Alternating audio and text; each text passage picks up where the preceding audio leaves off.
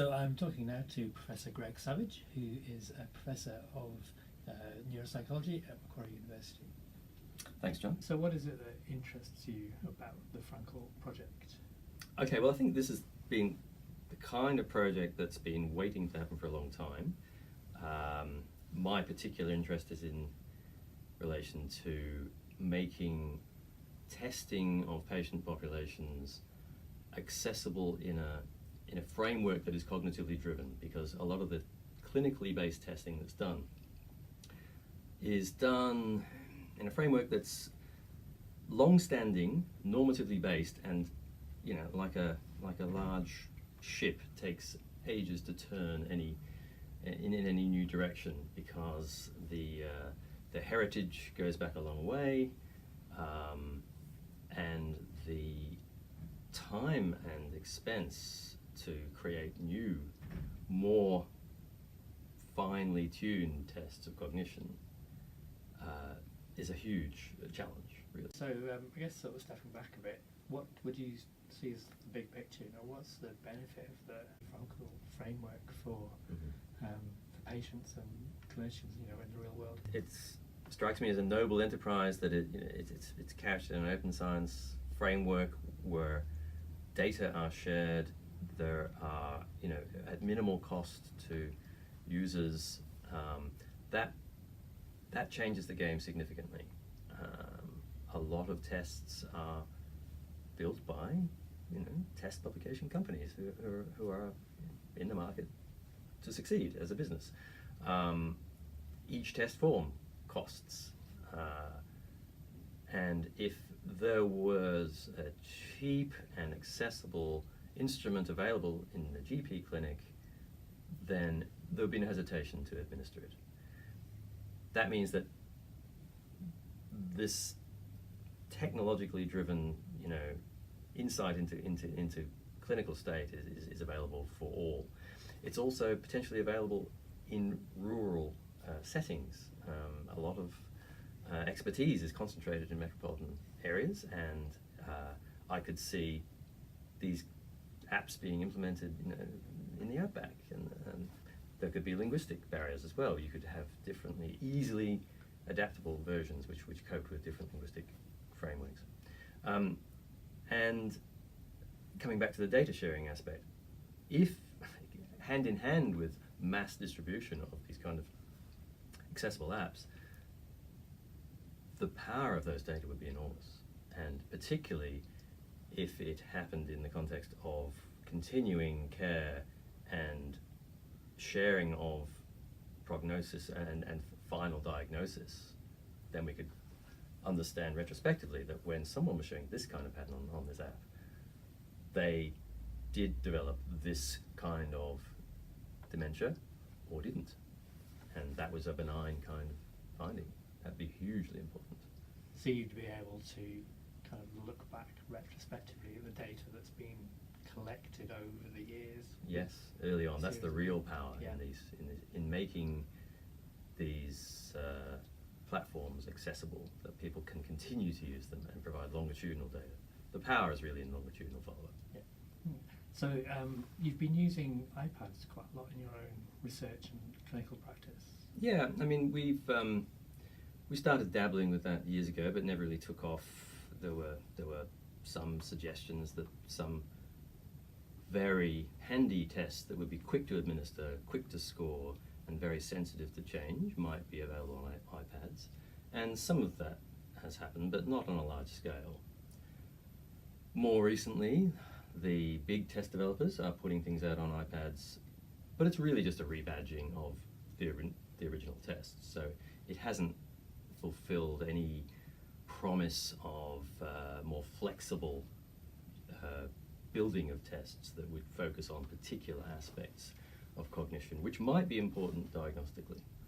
And what do you think are the advantages of having iPad-based tests over the more traditional kind of paper and pen tests that you would be using?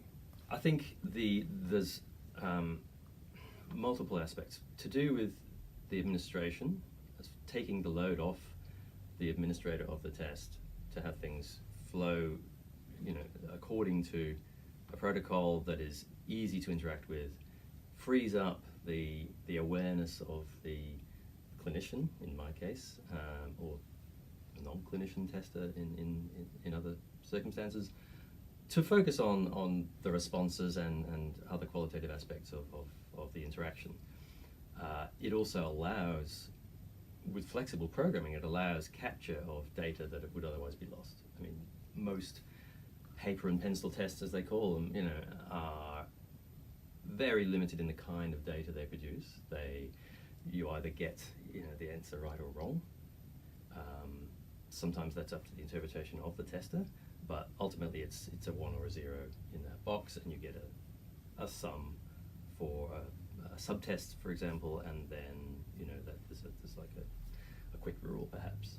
Whereas with iPad administration and data capture, if someone is pointing to the correct response, or you could measure reaction time, for example, you could have latency from the presentation of the item to do multiple things. You could have, if they had to tap items in a certain order, perhaps you could capture very rich sets of data, which could add color to the interpretation of someone's problem, rather than having a black and white can or can't do this item. Do you have any sort of specific examples of research or clinical conditions that you're interested in where you think this kind of testing would be advantageous? I think if we could have a flexible battery that was tailored to the early detection of the first signs of Alzheimer's disease, that would be a real winner. So far, when someone is developing a memory, well, let me back off a little. Alzheimer's disease begins insidiously in the brain up beyond 20 years before it will express itself. It's a slow process, it builds up. By the time someone is starting to forget things more than the average elderly person should, and that's the problem, it's hard to know exactly what that looks like, people have already given leeway to that, and usually by the time someone goes to the doctor with that kind of complaint, it's probably too late. At that stage, a GP might administer a quick screen of general cognition. The mini mental state examination would be the most common one. The MOCA, the Montreal Cognitive Assessment, is certainly prominent these days as well. And they take about 10 or 15 minutes, but it's very broad brush. And if someone comes from a high-functioning background, it's easy to do well on those tests when there's still a problem. So I think what we need to do is to develop the right kind of test that zeroes in on the pathological features of, in my case, my interest is in Alzheimer's disease, to look for canary in the coal mine kind of signs of problems that really should not be there in someone at that age with that kind of background, even though they might do well on a screen of general cognition. And that's where a flexible platform, which had tailored modules, would be very advantageous. So you'd be thinking about kind of early detection, or just kind of more accurate diagnosis when cases first present? Both. I think both a dual prong sort of attack on this disease. Early detection in the GP setting, where anyone who has a memory complaint, just I think it would go hand in hand with broader awareness of these kinds of, and that's happening. People understand a little bit more about Alzheimer's these days. They're still generally confused. They think dementia is Alzheimer's. They are synonymous. That's not true. So we'd like to be able to have a test that could say, yes, there's a problem here, but it's probably not Alzheimer's as well. That probably wouldn't come in the screening, at a screening test level. But I can imagine an app that could be administered in a GP setting that would say, yes, there's something not right here, and this is not right for age and background, and that it might actually have an Alzheimer's kind of flavour to it in terms of the kinds of memory failures, and then for use by neuropsychologists like me, upon referral, to use tools that were more flexible and targeted in an app-based format in conjunction with our routine kinds of tests, perhaps. I'm not saying that they are, I make my living, doing this kind of work but with these tests, but they often don't tell the answer with fine-grained resolution. So if this is such a good idea and such, seems like a fairly straightforward thing to do, why do you think it hasn't happened already? What's the barriers for kind of developing these kinds of tests? I think there's an inertia to do with the provision of testing platforms. It's not like you can hand make your own. You are reliant on companies with huge investment of effort and money, and so in a sense the market is dictated to by those forces, and those forces of course have their own market concerns. No one wants to rattle the cage too much, I think, and people are understandably reluctant to take on new tests without them having proven their worth, because as clinicians we are bound to only use tests which are scientifically validated, and that takes time to show that. So it's a chicken and egg problem. I think if there was an opportunity to have new, more flexible, targeted tests interspersed with conventional testing so that we got to try them in concert with other testing, that would be our way forward. And I guess part of that is having the ability to share the data that people are collecting, so that if you're dealing with lots of different patients, you might not deal with enough patients to be able to know that your test has worked. Absolutely true. At the moment we'd be relying on the mainstream peer-reviewed journal-based studies to run for a few years, usually in a single setting. These things don't happen easily over multiple settings, particularly in clinical neuropsychology. And if a platform was actually designed to be based on data sharing, there would be rapid advances. That is happening particularly in the dementia research arena, and it's driven by the imaging data, which is not necessarily, but it's expensive to acquire, requires machines which are comparable in the technical capabilities, and so that was a natural sort of fertile ground for the beginnings of data sharing enterprises to occur, I think. But I guess you need data from healthy older people as well to know what is Absolutely. normal and what Absolutely. I mean that's the background. Our first question is this normal or not?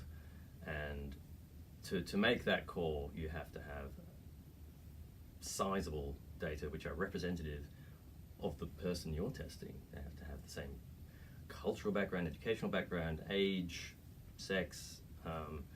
You want to be as relevant as possible to that person. Then the question is, what does it look like if it's not normal? Yeah. And that's where it gets messy, because any medical condition will present in so many different ways. That's hard to pin down. So we're getting a bit painting in shades of grey there, I think. But that would be and that's where the data sharing would become crucial, because particularly in rare conditions that you might only come across once a year or once in a lifetime, that's where it would become crucial. And what are the challenges from a clinical perspective in sharing data? I guess both for sharing data from one clinician to another, so Mm-hmm. maybe you and another colleague in a different department Yep. or whatever are working with the same person, but you need to be able to share the data. But then also, when it comes to research, where you wanted to sort of see the big picture. Sure. Multiple layers here. I mean, there's a logistical barrier in terms of actually getting data ported across to someone else in a way that's accessible to them. There are clearly confidentiality issues. There are ways to protect against that. And I don't see that as a fundamental impediment. That's something that systems deal with. But getting data across and in sufficient form, with sufficient richness, that it is understandable by another clinician or fitting into another data set. So we'd have to have protocols that, you'd want a minimal data set of this plus these perhaps as additional sets. As far as the cognitive testing in the clinical context is concerned, I think it's going to be vital to have continuing contact with a variety of clinicians in a variety of settings, but also a variety of cognitive researchers, because there'll be very handy paradigms that little old me's not going to think of. So I think having outreach into both clinical settings and research settings will be important.